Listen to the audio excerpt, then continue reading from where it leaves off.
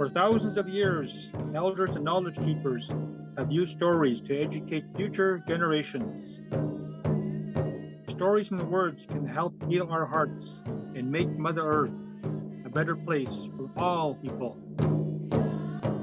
This is Healing Hearts.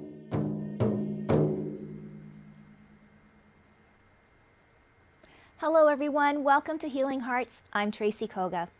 Music, it feeds our soul, and it might be just the one thing that doesn't discriminate. Or does it?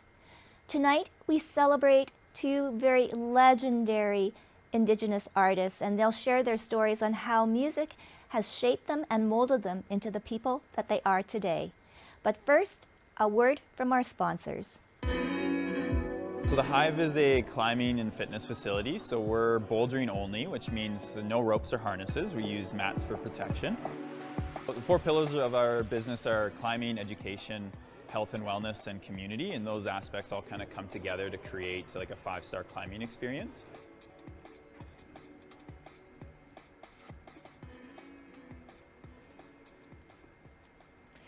Okay, well, we're back, and boys, I introduced you as legendary. So don't fail me here, okay? I am so happy to have Vince Fontaine, and I will only know him as one name, and that's Spatch Mahal. And it is so good to see your faces, guys. It's been a long, long time. And, you know, to know that you're alive and well and doing music, and great music, wow. But I guess, you know, a comment from both of you, that must be good, right? Life is good. Hey, Vince? Well, first of all, thank you so much for having us guest this evening in Winnipeg. And yes, it's very good to be here, and very good to be alive, and very good to have music as a sharing piece of our expression and emotion. And there's so many lyric and cliches around music, right? Music heals, music loves, music lives. Anyways, thank you so much for that introduction, and legendary stuff. We'll pass it over to Scott. No. And hey, I mean, you know, let's start off, Spatch, with like the new world that we're living in, right? Everybody's had to pivot, and how are things for you? Well, like Vince, I want to thank you for having us on the show tonight. It's pretty exciting. It's nice to see you. I haven't seen you for a long time. Things are good. I haven't actually stopped doing anything during the pandemic. Just went straight through for the last couple of years doing hampers with Bear Clan and Mum Away and things like that. So it's kind of nice to see things getting back to normal. And even more exciting for me personally is being able to get together with the members of Indian City and play live and get to some of the communities and who've really been isolated and see the joy and the happiness in their faces when they get to hear live music. No. Okay, so Vince, I'm going to take a trip down memory lane. Let's talk about how you began in music and Eagle and Hawk, and then get into Indian City. Sure. Okay. So I'll intersect with my history with Spatch. I'll just go way back to the early 90s. And we were like, I don't know, 18, 19 years old, Spatch, 20 maybe tops. No, just kidding. We were in the Winnipeg we were in the Winnipeg music scene, the club scene, which was just a lot of fun. And we were playing and bopping around downtown and the suburbs, from the Diamond Club, Night Moves, the Palladium, the Big A. So Spatch and I were in the same music scene, and we knew each other, and we got to hang out occasionally on Sundays, because that was the day of the week that we didn't really play. So some of the musicians got together at some of the places. So yeah, so that kind of just continued our journey as a live performer and in the club scene. And in the club scene, you basically learn to share your music. You get to get better at your craft and how to entertain an audience and all of the above. And just, it was a different scene, of course, in the early and mid 90s, but that's where we started off. And then I'll just quickly go, probably 1994, 95. who's our friend now, and at the time we met him back in the day, was Troy Westwood. Troy Westwood was he was a Winnipeg football player, Winnipeg Blue Bombers place kicker. And, I don't know what came first, whether it was we met him at the Marble Club, or I met him at the Big A with Spatch jamming, or I met him with, when Phil Fontaine was the Grand Chief of AMC and he introduced us. So all of the above. And so we all met. And so in the early days, we formed a band, a group, which was kind of a writing idea. And of course, Spatch was right there at the beginning with Eagle and Hawk. And so you could say in a sense that, Spatch was one of the, like say we were a new, hockey franchise, it started off with the first pick, the second pick, and Spatch was right up there as the first round pick as well with Troy. We started off, so that's how we kind of just got going. And I'll kind of let Spatch give you a few memory lane of those early days of when we got together, because we went into the recording studio and Spatch was there recording, probably Listen to the Wind, Spatch, or the song Eagle and Hawk. I can't remember, but back in the day it was a lot of fun. Yeah, they were, it was an interesting concept. I remember being on the top of, I don't think I was actually in the band yet, or maybe the band hadn't formed. Did the band come first or the promo picture? So I remember standing on top of Garbage Hill with you and Troy. My hair was down to here, and I was looking off to and we had that group together. So it was a lot of fun. Trying to understand exactly what the band was trying to do, and even cooler watching the songs evolve over records. Started off with sort of basic, blues types, 12-bar kind of stuff, and then evolved into Running with the Wolf and songs like that. Yeah, so it was really cool to see what it evolved into, and how the songs took on once the identity sort of became established. The songs became more recognizable and more about issues and stuff. So it's been pretty amazing. So I want to ask then, if you kind of reflect back, both of you, it truly was, or I think, the love of music. But back then, obviously there maybe was a little bit of a pushback on who you were and Eagle and Hawk and the whole idea. Yeah, like what's interesting about the early days, and I probably thought about it not as much as maybe some folks may have taken note. And when we did a recent documentary for Eagle and Hawk called Eagle and Hawk Takes the Stage, one of our guests that commented a lot on the history of Eagle and Hawk was former Senator Murray Sinclair. And he said what he took note from the beginning was the fact that, Vince Fontaine had invited a non-Indigenous person into this whole new circle, Eagle and the Hawk, and Troy and Vince and Spatch and Michelle Briere, who was our drummer, and these kind of things. We were trying to create a community through music, of inclusion, and it would be often, and not always, but often an Indigenous perspective or lens.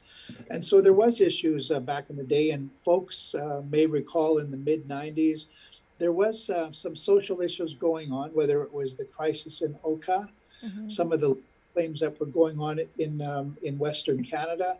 But we just tried to find out, who we were necessarily as like Indigenous artists. Of course, in those days, we used the word Aboriginal, right? Which I never really liked at all. So, but we just started off, as Spatch said, we evolved with some themes and ideas, and we did have a foundational, I think, maybe a little bit of identity. We tried to be this or that, and so that's how we kind of came out of the gate. And Troy was really keen, and Troy did what he thought he wanted to do by being part of the community. And he was even adopted by one of the leading elders in Manitoba, Dave Cashane, from my community in Saugeen. And but Troy was part of that and attended a lot of the teachings and ceremonies for years because he believed it in his heart and soul. And so that was part of the early days of Eagle and Hawk, which would eventually lead to the phone ringing more and more for live gigs. I It was know. really kind of cool. We did a lot of cool gigs back in the day, so the Pan Am Games in '99, for example, and so on. There's a lot of gigs. There's so many would be hard to count them all, even in the early days. Well, what would be your favorite? Spatch. Me? Yeah. Well, I think to add on to what Vince was saying earlier, Vince, would you agree or disagree? Because I wasn't there the first number of times that you went. Would you say that the band was accepted initially in Europe more than it was in Canada? Is that? Well, I don't know if it was accepted first in Europe. It actually gained recognition more in Europe because it went there more, and we started getting an audience that really liked the band and realized, hey, there's something cool about this. And the media was very generous with us back here in Winnipeg and Manitoba and parts of Canada, that they would cover some of our stories, and some of our fellow musicians in the Winnipeg scene were saying, hey, you guys are going to Europe again, and wow, that must be cool, and you're playing in certain cities. Because in the early days, the phone did ring a lot to go to those places in Europe. And, from 1996, 97, we went to Europe 4 or 5 times a year and did, 3 or 4 weeks every time we toured. And so the touring got a lot that we needed to get a full-time singer. So by the time the end of 1997 rolled around, it became apparent that Eagle and Hawk would kind of be a full-time band. And so, we made the call to get Jay Bodner as the singer. Wow. And Jay came in, yeah. Yeah. And just yeah. some of the great. I've had some of the best musical just life experience I think ever, all because of this band. One of the first concert I ever went to, when I didn't know a lot about Indigenous peoples, let's say, because I'm from Toronto, was my favorite band at the time was Redbone, and you didn't have social media and stuff. And when I went to see them, actually I just read an article talking about how they were banned in Canada for 7 years because they would open their shows with a smudge and a traditional dance. And that's the first band that I saw. And then years later, we get to actually hang out with those guys, full circle. The second band, I think, that was my favorite at the time was Grand Funk, which I'd seen, with 30,000 other people. And we actually got to do a show with Mark Farner. I think it was in Thunder Bay. And that was just that was amazing. That was amazing. Yeah, that was pretty. So I remember, so I had a vision of him from when I was 16, long blonde hair, red guitar, no shirt on. And he was on the bus that was taking us to the gig, and I went running on the bus and, where's Mark? And I'd run right past him because now he was an older gentleman, Because, you think your idols never age. But some of the great shows, I got to tell you, New Orleans, playing in Europe, playing the 2010, the Olympics in Vancouver, doing 4 or 5 shows there. Just amazing opportunities that, you get paid to go to places and you get this amazing experience outside of the box of everybody who's attending intentionally, paying fees and trips. And so that's been amazing. Oh, yeah. You know what? And I want to kind of go back to the very beginning, how both of you got into music and why. Oh. Who do you want to start with? Who has the better story? Both of you. Well, my story is I was raised by my grandparents in Toronto. My mom was a singer. She was an only child, and my dad wasn't around, so I didn't really have the parenting. I had my grandparents, which was from a different generation. I was into music like Elvis Presley, playing on the record player, and then what happened was the Beatles. Mm-hmm. the Beatles came. I wanted to play. I wanted to perform. I wanted to be all part of that. My mom happened to work with a company that wholesaled musical equipment called B&J Music to all the stores across Canada, which was in my neighborhood.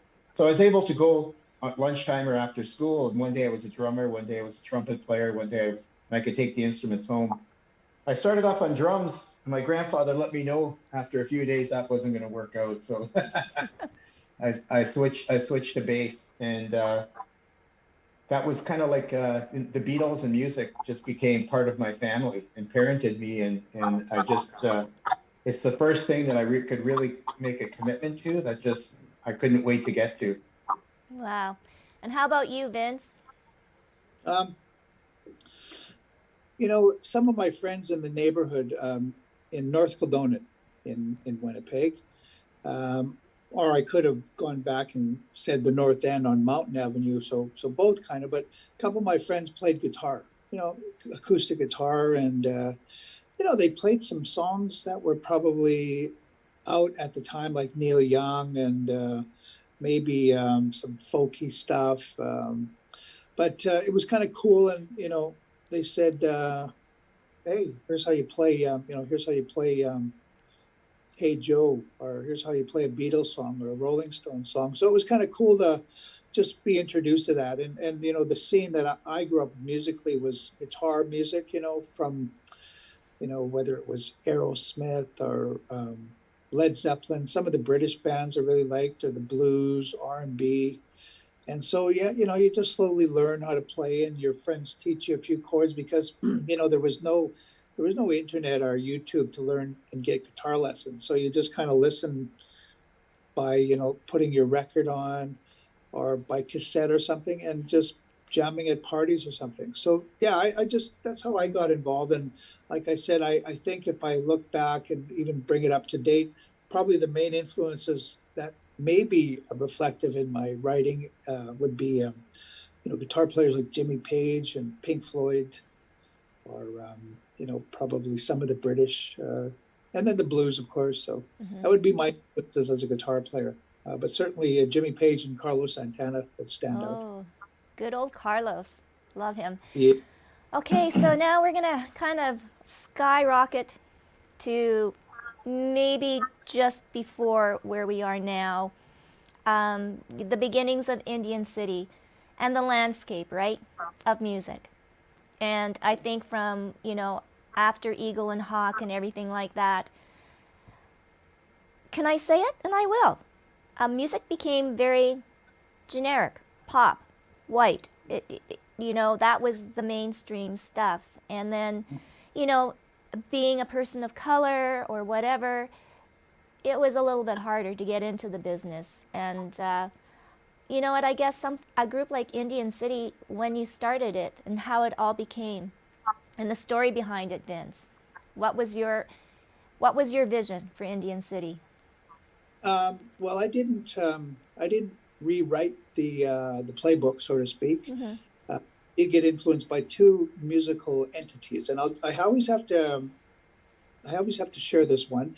Watching PBS back in, you know, 2011, I would say, there's a group from New York in the 70s. People may never have heard this story, but there was a group that was doing a fusion and playing Latino music, and they coined the phrase salsa music.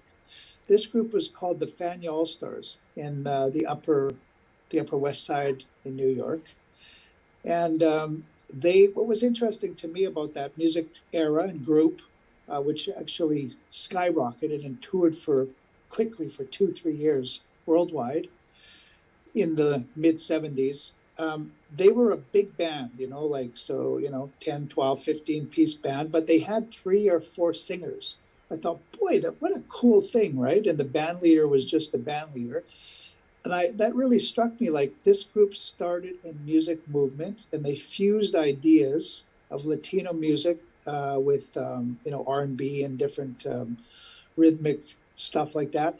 And then the summer of 2011, in August, I went with my good friend Errol Randall, Seaweed. Oh, yes. And we were in Calgary, and we watched, you know, the master, Carlos Santana.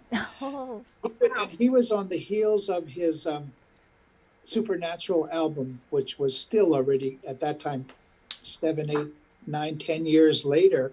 He had that album that he had featured 7, 8, 9 singers on his album, and it won multiple Grammys.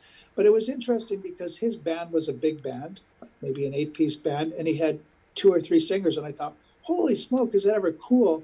He's the guitar player, but he's not the singer, but he's got these great singers. What a concept to surround yourself with great singers. So when I left it and came back to Winnipeg, I immediately phoned up Don Amaro. Oh, good old Don. I said, Don, I got this idea. I'm going to put together this band. It'll be kind of a large group, and I'm going to have multiple singers. It's just kind of a writing and recording project, but you never know, the phone may ring. So I phoned up Don Amaro, and he was excited. We got together, wrote a couple of songs quickly, one of them which is called Stand, which is one of my favorite Indian City songs. I also called up a young fellow, William Prince, and I said, hey, William, how'd you like to be part of this project? And he was very eager and keen on it. So he jumped in, and we wrote a couple of songs for that first album. And then I called another young talent, Indigenous talent, Pamela Davis. And then I got a hold of brother and sister Tick and Niwa Mason, who were already Juno Award winners from a band called Burnt Project. Mm-hmm. So it was like, oh, do I got a cool core of people? And of course, hosting the core of talent with the foundation of Eagle and Hawkers like Spatch and Jerry Bell and Marty Chapman and Jaylene Johnson and Ray Coco Stevenson with the traditional vocal side. We had this fabulous music group.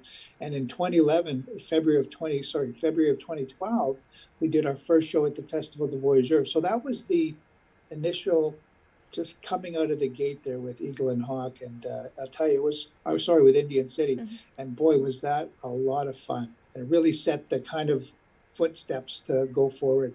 Well, and it definitely showcased the talent in the Indigenous community, and regardless, just the talent that we have in our city. And Spatch, I want to talk to you, knowing you and just your hard work and your love for your community and the people. You as a musician and being able to have all these incredible experiences, how have you transcended that into your community and with the youth? Because you're right, right, guys? They are the future, right? They're going to be the future Indian cities and Eagle and Hawks and whatever. Well, that's a really good question. I found that, as you said early, like they say, music is the I'm not sure the phrase, like the common language, common denominator, and it's helped to break a lot of break the ice, break barriers, mm-hmm. things like that. I would have I remember playing at a place like Wise Guys when I started doing my programming, and Perry Miller being an ex-NHL player, all the NHL players would come to Norma Jean's or Wise Guys, and I'd be like, oh my God, Wendell Clark or Wayne Gretzky's here, and I'd run up to that group and I'd say, hey, and they say, hey, you're in the band, and it just breaks down that barrier. And seems like hockey players want to be musicians, musicians want to be hockey players. So what we did with programming is we decided to meet young people instead of telling them what to do, is try to meet them at their point of interest. Mm-hmm. And everybody's interested in music, and especially if all of a sudden you pick up a guitar and start singing a song, they look at you and they're like, they're trying to figure out what that is. So we started a bunch of different performing arts kind of programs, like the Just TV program and music programs, and they've been extremely successful. And the diversity that you see now, all the problems we see in the world, but you see a group of young people, between 12 and 15 or 16 years old from every part of the world, all sitting down talking about music or talking about common interests. And one of the things is, of course, well, you're Muslim and you're Christian and now you've kind of opened the conversation up. They say, well, what does that mean? Tell me about your life and what kind of food you eat, and we'll tell you. So it's really helped to evolve and develop programs. And the secret is by empowering the young people, right? And giving them the opportunities to tell their stories, to hear their voice, see themselves on screen. So I find that music in general has really helped me evolve or develop in the work that I do. Oh, and it is so true. I mean, it does transcend so many barriers. And Vince now and Spatch, what's happening in the world with truth and reconciliation. We have seen the travesty of the residential schools. We have more survivors and their families and loved ones coming out to share their lived experience. And yes, it is grief, and yes, it is sadness, but it's also a chance for them to have a voice. How now with your group, Indian City, maybe not addressing, but are you kind of, moving forward, maybe writing music to heal and bridge, or is that a thought? That's a good question. Let me just go back about 3+ years when Indian City released its last album, Here and Now. I guess that was actually released in late 2017. And 2017, of course, was 150 years of Canada's birth. So the album titled Here and Now, many of the tracks on the album were pointed, and they were pointed at the history with the relationship with Indigenous people and Canadian governments, institutions, and so on, which weren't really pleasant. It wasn't a pleasant history tale. And so there were songs on that album that were called Through the Flood, which was turned out, of course, it's about the 1,200 plus missing and murdered Indigenous women and girls. And heartbreaking song, which tragically got reopened that wound, which called Take Me Home. We wrote a song about the children in residential school, Take Me Home, and it imagined it through the eyes of a child looking through the fence of a residential school. How horrific and troubling that would be and damaging for their lifetime. So there were songs on that last album that were quite pointed, but as I always try and say, we don't just want to talk and write about the dark gloom and the we want to try and get past it, which in a sense is what the Code Red album is about. We all know we can't ignore the elephant in the room. There has been a pandemic. It's not the first in the history of the world. It's not the first plague or the first pause in society, whether it's war or famine.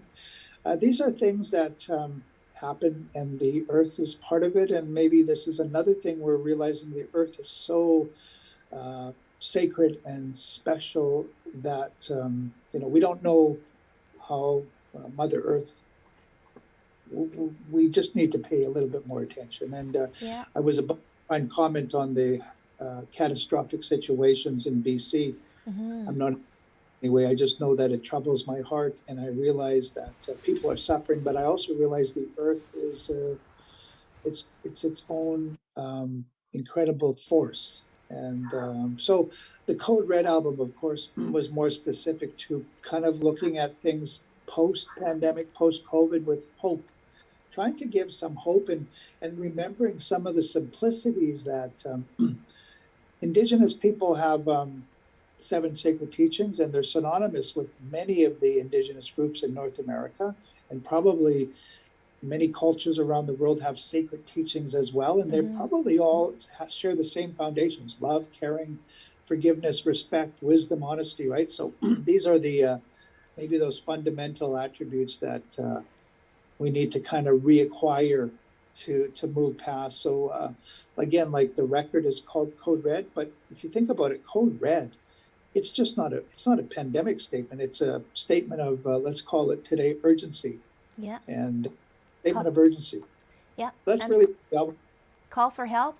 And I would say right now our earth is in a very fragile state, as much as we go on our busy lives and Spatch too. Like maybe this album maybe the next one will be a little bit more Beatlesque and get us back into that loving and everything's good time. And I mean, and that leads me to your single Smile, and I love it. And folks, yeah, you have to just go onto YouTube and Google. It's called Smile by Indian City. We were going to show it tonight, but technical difficulties. And I love it. I love to see my good friend Jeremy Cause in the band. And I love the video. It's just fun. And I think that was the intention of both the song and the video, Spatch. Well, actually, Vince will answer that one because Okay. he pioneered that video. You just He'll tell you played how in he it. did it. No. Yeah. But yeah, no, it's so much fun. And I guess Vince, it must have been fun to put that one together. Well, sure. You know, the concept behind that song was, you know, in the last 20 plus years, there was a lot of times, and we are today, when we're out in public, often we don't see people's full face because we're, you know, covered up with a mask. But in reality, people sometimes to themselves cover. There's a lot of power and beauty from a smile, and of course, you know, from a male point of view or a female point of view, the smile of, you know, the same sex or opposite sex is really powerful, and it just kind of lightens up the world, and that's really what the song was about. And Jeremy, who actually, by the way, is a cousin of mine, and he's from Saugeen First Nation. He's a band member there, so he really sings it incredible. And so Jeremy and I, we wrote that song, and he does a fabulous job with it. Oh, it just resonates so much. And you know, even to get back to, you know, making that bond, making that connection, you know, what kind of music do you envision Indian City playing in the future? Well, I'm extremely proud and excited about the current record. I think it's just a giant step forward. As far as the future, I'm hoping that a lot of these songs resonate with people right across, you know, every genre, you know, and there's some great tracks on there, and I hope that we get an opportunity. People hear the music, and they'll give us an opportunity to get out and actually play the music in front of crowds again, because there's nothing like that, you know. And as far as the future of the music, I think, you know, Vince being the man behind the music, it all depends what's happening in the world, you know, and his sort of perception or understanding of those things. I think that's how, in my opinion, he's inspired. He feels everything that's going on. He watches what's going on, and then it resonates with him, and he comes up with an idea for a song, and there it is.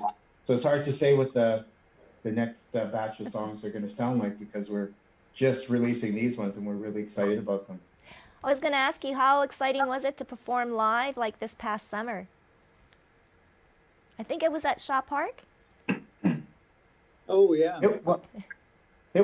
For me, it was amazing because I've had a bit of time off, and I've been so into the work and stuff, and, you know, not having time to be present a lot of the time. Some of these, Shaw Park was amazing, but what was really amazing for me was we went out as a 4 or 5 piece sort of acoustic version of the band.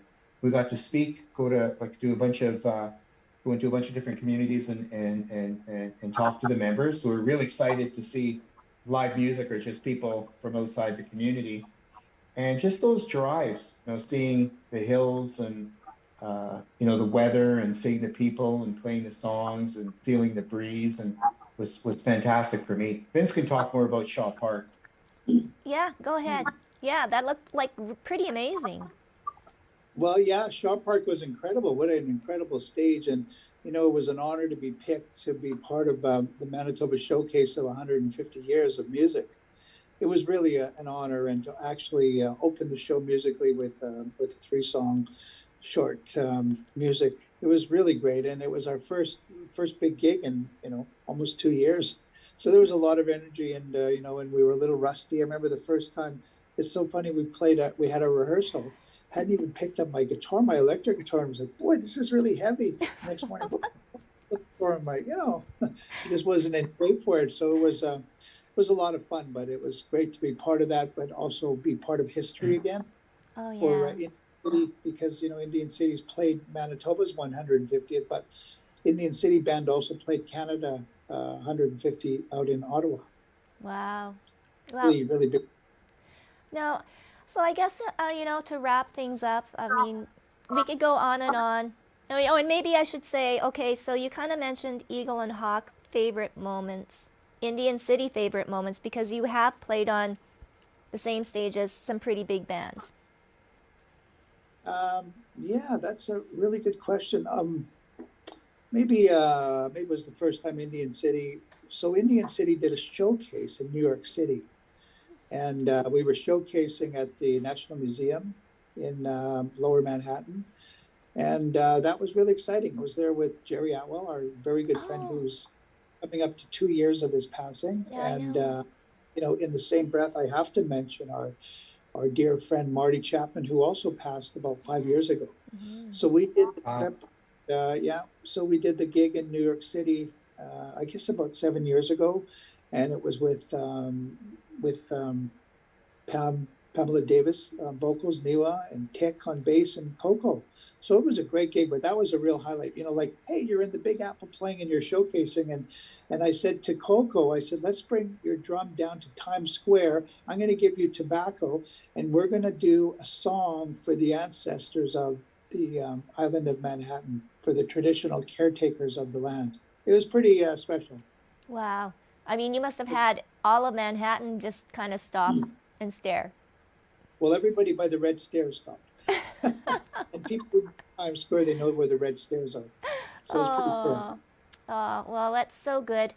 And I just kind of want to get your perspective, not only on Indigenous, also including newcomers here that come to our city, and to encourage and get them to explore music and make them feel welcome and not to discriminate or to make comment on beliefs.